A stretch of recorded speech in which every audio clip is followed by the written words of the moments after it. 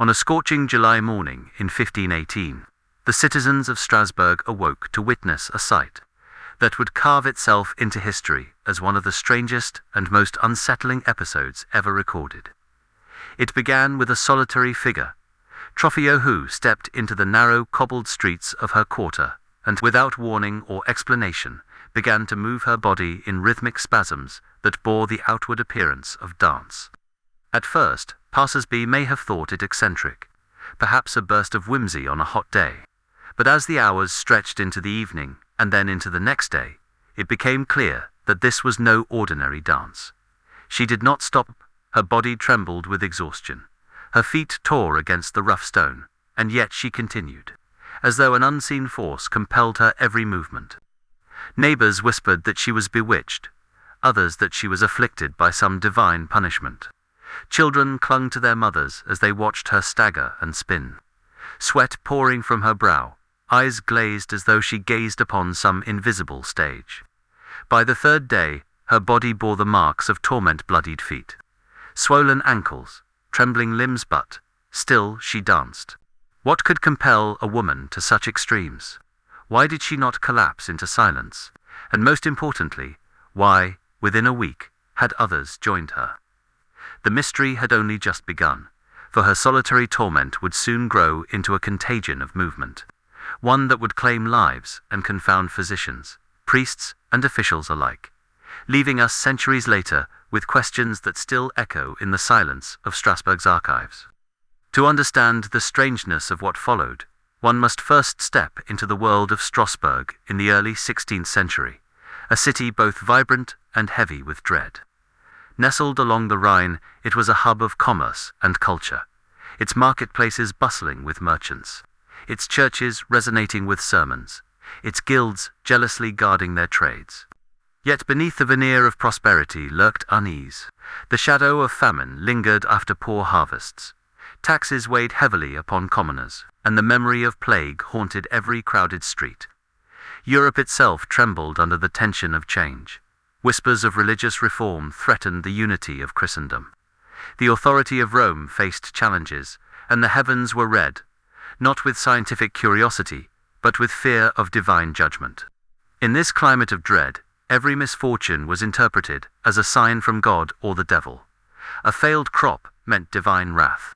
A malformed child marked a curse.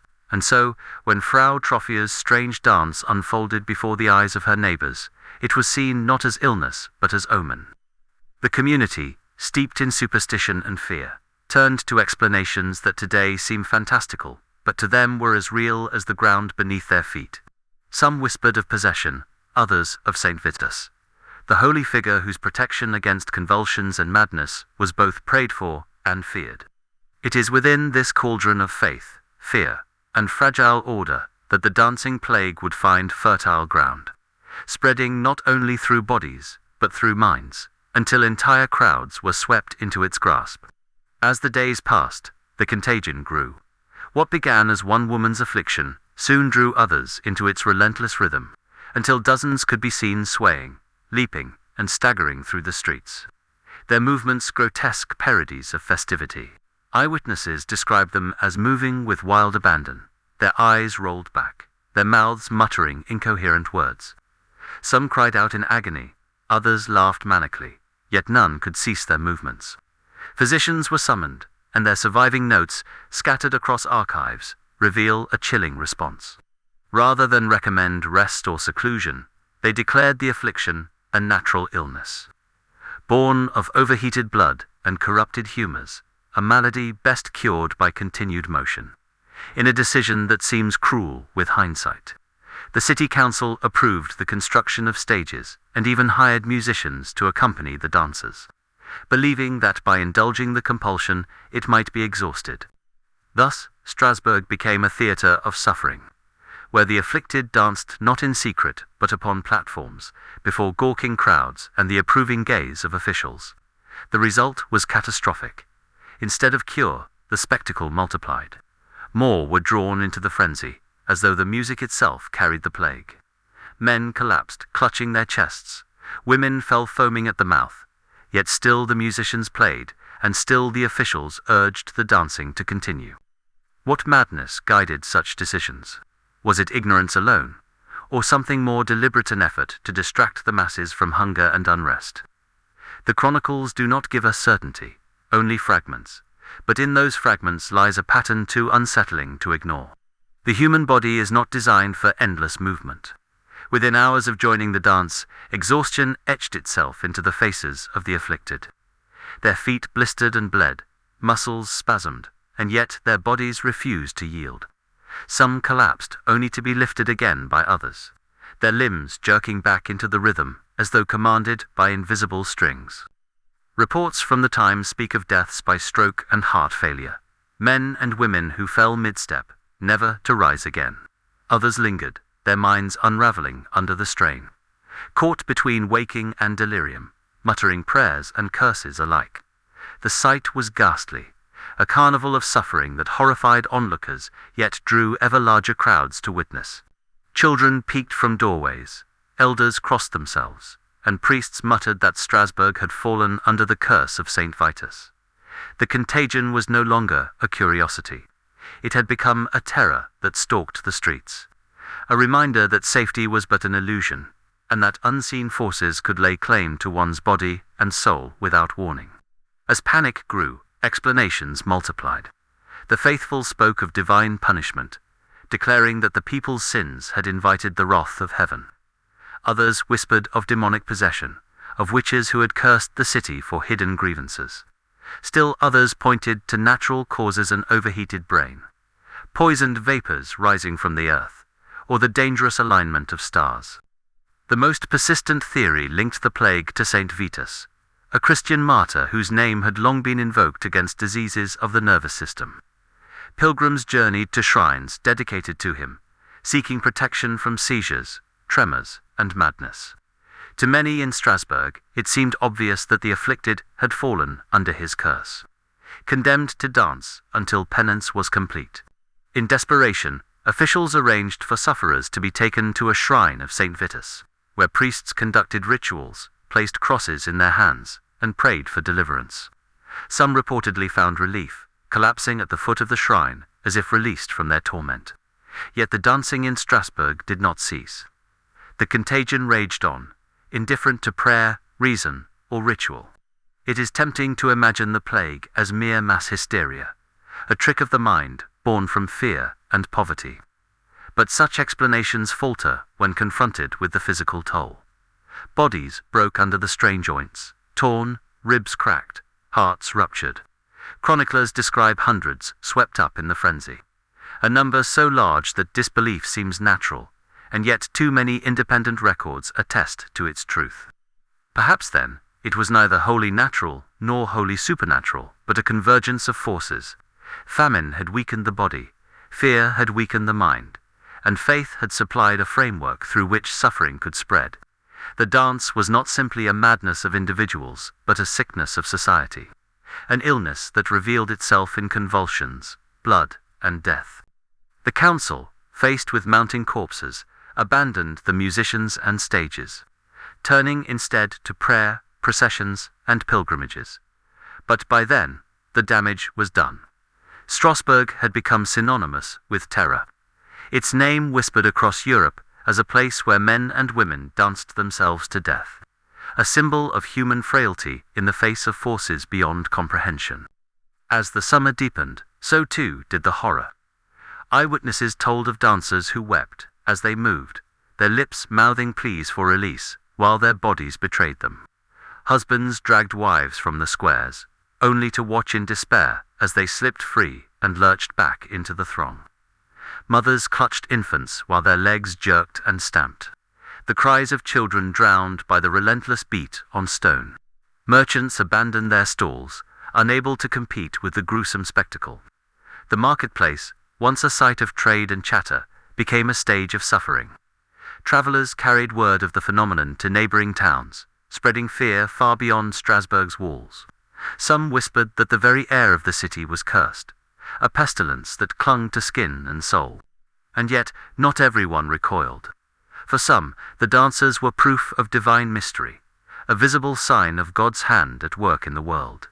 Pilgrims arrived to witness the plague, to touch the afflicted, to carry away scraps of cloth as relics. The line between horror and reverence blurred, leaving Strasbourg suspended between spectacle and tragedy. The city council, desperate to regain control, imposed measures that now seem both futile and cruel. Dancers were herded into guild halls, their writhing bodies confined behind closed doors. Physicians dosed them with potions, cold baths, and bleeding, none of which stemmed the convulsions.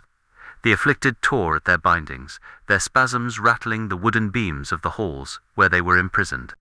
Relief was fleeting. When some escaped, they returned at once to the dance, as though a tether bound them to the unseen rhythm. Priests counseled fasting, prayer, and pilgrimage, but the madness scorned such remedies. Neighbors grew suspicious of one another, whispering of witches and secret heresies. Fear, once a silent undercurrent, now poisoned the city's air as much as the plague itself. Rumors spread faster than the sickness. Some claimed the afflicted danced to ward off worse calamities yet to come, that their torment was sacrificial, a warning of greater judgment. Others swore they saw dancers glow with unnatural light, their eyes empty, their limbs guided by hands unseen. In such stories, faith and terror braided themselves into a noose around Strasbourg's neck. And still the bodies fell. Midwives, bakers, smiths, and shepherds collapsed in the streets, their hearts silenced in an instant by exhaustion. Chroniclers recount corpses lying where they dropped, too numerous to be buried at once. The dance floor became a graveyard, and yet the rhythm carried on.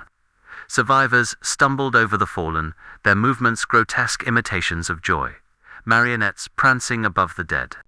The death toll remains uncertain. Some sources speak of dozens, others of hundreds, their lives claimed by a mystery that offered no answers. To those who lived through it, the number mattered less than the spectacle, the image of neighbors driven past the edge of humanity, forced to dance until death. The city's reputation blackened. Merchants hesitated to trade. Travelers avoided its roads, and Strasbourg's name became a warning. It was said that here men and women had been seized by St. Vitus himself, that in this place God's wrath, or the devil's mischief, had been made flesh in a dance of death.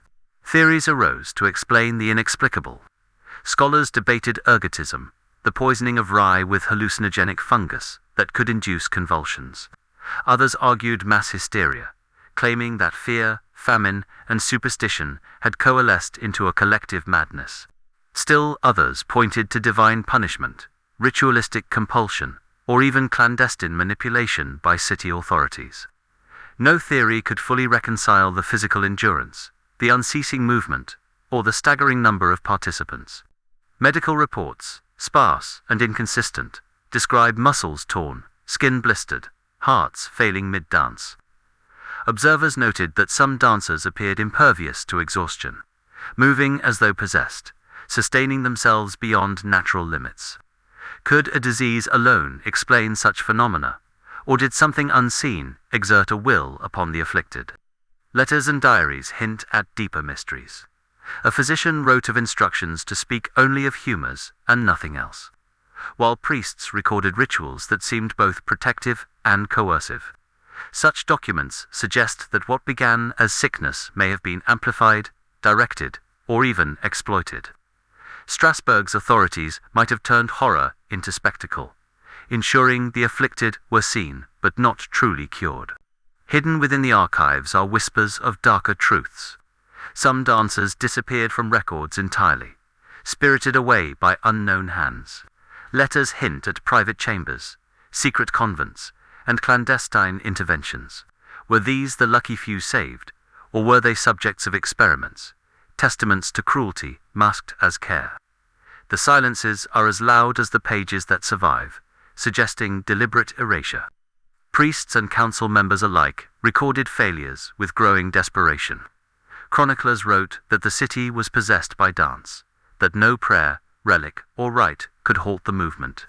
Officials alternated between encouragement and suppression, at times forcing dancers onto stages or into chapels, at others confining them, hoping containment might end the outbreak. Yet the rhythm persisted. Historians, centuries later, remain baffled. Reports conflict, estimates vary, and gaps suggest records were withheld. What is clear is the psychological and physical devastation.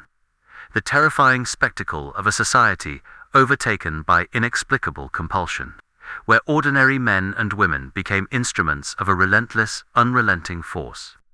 The broader social consequences were immediate and severe. Families were torn apart, businesses shuttered, and the civic order strained to the breaking point. The plague disrupted trade along the Rhine, forced guilds to halt operations, and instilled lasting fear in neighboring towns. Travelers spread tales that blurred the line between fact and legend, ensuring Strasbourg's notoriety would endure far beyond the summer of 1518. Even centuries later, the memory lingers in historical accounts. Scholars debate whether the event was an early case of mass psychogenic illness, a neurological outbreak, or a combination of social, environmental, and supernatural factors. No conclusive evidence absolves one explanation. Rather, each possibility deepens the mystery, forcing us to confront human vulnerability to forces beyond comprehension. The story resonates because it reflects broader truths. Fear amplifies suffering. Authority can mismanage crises, and the line between faith and coercion can blur in times of uncertainty. The Dancing Plague of 1518 is a cautionary tale, a reminder that collective human behavior can manifest in astonishing, horrifying ways, and that history often leaves more questions than answers. Even as centuries passed, the Dancing Plague defies complete explanation. Ergot, hysteria, famine, and divine punishment each offer partial answers, yet none account fully for the endurance, the scale, or the deliberate manipulations hinted at in private letters and marginal notes. Some dancers were chosen, records suggest, as though the frenzy was selectively amplified. The archives, fragmentary and silent in places, conceal as much as they reveal. Chroniclers note that the city's interventions were inconsistent, oscillating between indulgence and restraint. Musicians played to prolong the dance, then were abandoned. Priests blessed and bound bodies, only to witness them resist every rite. Such contradictions hint at confusion, fear, and perhaps deliberate exploitation. What began as illness became theater, spectacle, and warning, blurring the line between suffering and performance. What endures most vividly is the image of the afflicted, people driven beyond exhaustion, spinning and leaping with eyes vacant, feet bleeding, hearts strained. Observers could scarcely look without horror, yet the compulsion drew ever more into its grip. Strasbourg, its streets littered with the fallen, became a place of dread, forever marked by the inexplicable. The implications extend beyond the city. Travelers carried tales to other towns, spreading both fear and fascination. Scholars and physicians debated the causes, but the true mechanism remained elusive. Letters hint at possible suppression or manipulation of records, suggesting that some truths were deliberately hidden. Historians continue to puzzle over gaps, missing pages, and inconsistencies, aware that silence itself may be part of the story. The plague challenges assumptions about human agency, the power of fear, and the influence of social contagion. Were the dancers victims of natural disease, mass psychogenic disorder, divine wrath, or calculated exploitation? Perhaps it was a convergence of all these forces, manifesting in a phenomenon both horrifying and mesmerizing. The story resonates as a mirror, showing how communities can be overtaken, how fear and ritual can intertwine, and how history may conceal as much as it records. Strasbourg's summer of 1518 stands as both warning and mystery, a dark chapter preserved in fragmented testimony. And so, dear seeker, we return to the central question. What truly compelled the people of Strasbourg to dance themselves to death? Was it poisoned grain, divine punishment, mass hysteria, or deliberate design? The answer may never be known in full, for archives remain silent where they should speak, and speak too loudly where they should remain modest. Yet we know this. Hundreds were seized by compulsion, their torment recorded and sometimes exploited. Their suffering lives on in chronicles and in the questions it leaves us. As you sit listening, safe from Strasbourg's streets, ask yourself, how fragile is certainty reason, and control. Could you, too, be swept into a frenzy, compelled to move against your will, sustained only by terror and faith? These are the questions the dancing plague leaves us unresolved and haunting. Now, watcher of history's shadows, what do you believe? Leave your theories in the comments below. Subscribe, share, and return for more tales where the past is never silent. Where it waits, it watches, and sometimes it dances.